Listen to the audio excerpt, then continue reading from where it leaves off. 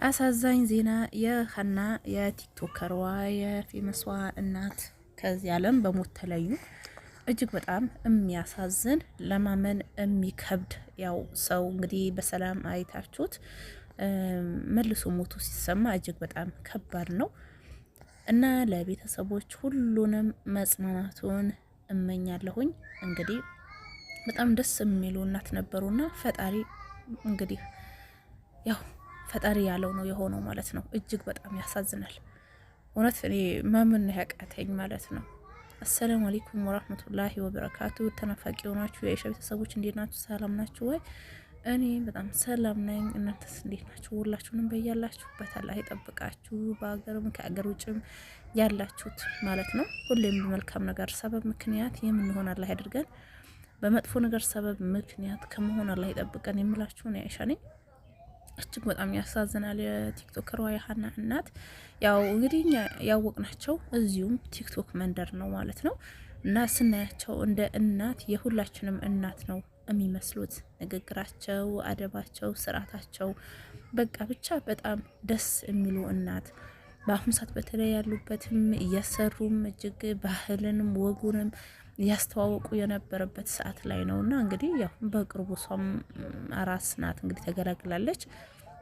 እንግዲህ ለምጥዋንም በላይ ያስተላለፈች በዚህ የመጣም ያው ሰው ያወራል እንግዲህ መልሶ ከኋላም ደግሞ ይሄ ሀዘን ሲመጣ ደግሞ እጅግ በጣም ከባድ ነው ማለት ነው። እንግዲህ በዚህ በሀዘኑ ብዙዎቹ እንግዲህ እናት ዋዛ ውስጥ እያሰራች ምናምን ብዙ አይነት ነገር ሰው ያወራል ማለት ነው እና አንዳንዴ ያው መፍረድ ጥሩ አይደለም። እኔ አሁን በሷ ማዘር እዛ ሄደው መጀመሪያ አካባቢ እንደውም እየሰሩ አልነበረም ቤት ሆነው ስትንከባከባቸው ምናምን እንደውም ከሷ ከራሷ ሁላ የሚኖሩ ነበር የሚመስለኝ። እንደዛውም ነበረ ስናየው እዛቸው ስትወጣ ምናምን ነገር ግን አንዳንዴ ያው ሰው ጠንካራ እንዲሆን ነቃ እንዲል በእርግጥ ሰው ስራ ሲኖረው ስራ ሲሰራ የበለጠ ይጠነክራል፣ መኖር ጉጉት ይኖረዋል።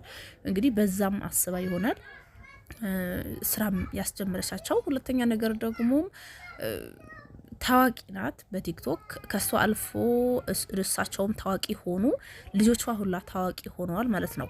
ያ ታዋቂነቱም ኑሮ እንደዚህ በየጊዜው የባህል መድረክ ሲኖር በብዛት ደግሞ መጀመሪያ አካባቢ አይታችሁ ከሆነ ቤቷም ጠርታ በመስቀል በምናምን የባህል ምግቦች የጉራጌን ባህል እንግዲህ ያው ስታስተዋውቅ ነበረ ሀና ማለት ነው። እንግዲህ ይሄ የባህል ምግቡ ምኑ ሁሉም ነገሩ ያሳየች ቤቷን ግራ ጠርታ ያበላች ነገር ግን በዛውም የባህል ምግቡ ወይም ደግሞ የማቅረቡ ምኑ ለምን አልጀምርም ማየካገዘችኝ ብላ የጀመረችው ይመስለኛል። ያው እርግጠኛ ነኝ የሚሰሩት ሌላ ሆኖ የሚያዘጋጁት ወይም የሚያግዛቸው ሰው ኑሮ ማቅረቡ ላይ ቅቤ ማንጠሩ ብዙ ጊዜ እናት ላይ ስለሚያምር ወይ እናት ያነጥሩ ይሆናል እንጂ እሳቸው እኔ ልታሰራ ብላ ወስዳ በጣም ደክመው ምናምን አይመስለኝም። ብዙዎቻችሁ አሰርታ ምን ብላ እየደከማቸው ነው በቃ ድካም ነው የገደላቸው አላረፉ ምናምን ስትሉ ስሰማ አይ ይሄ ማረፍ አለማረፍ ጉዳይ እኔ አይመስለኝም።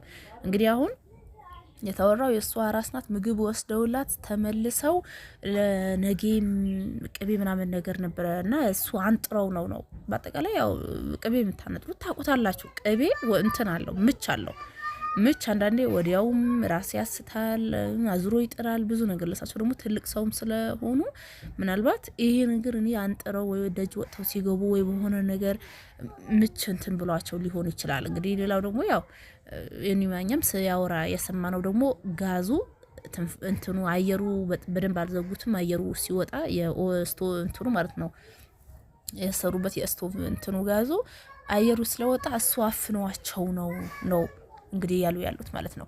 እዚህ ጋር አንድ እኔ እነሱም ወቅስ ነገር ቢኖር ብቻቸው ትልቅ ሰው ናቸው። ለምን የብቻቸው ኖሩ ነው? እኔ ከመጀመሪያውም ከሷ የሚኖሩ ነበር እኔ በግሌ የሚመስለኝ። በተረፈ ትልቅ ሰው ስለሆኑ ብቻቸው ባይኖሩ ብቻቸው ቤት ውስጥ ባይሆኑም ምናልባት ያው በእርግጥ ሞታችን ማናችንም ፈጣሪ በጻፈው እሱ በቀደረው መልኩ ነው የምንሞተው ማለት ነው።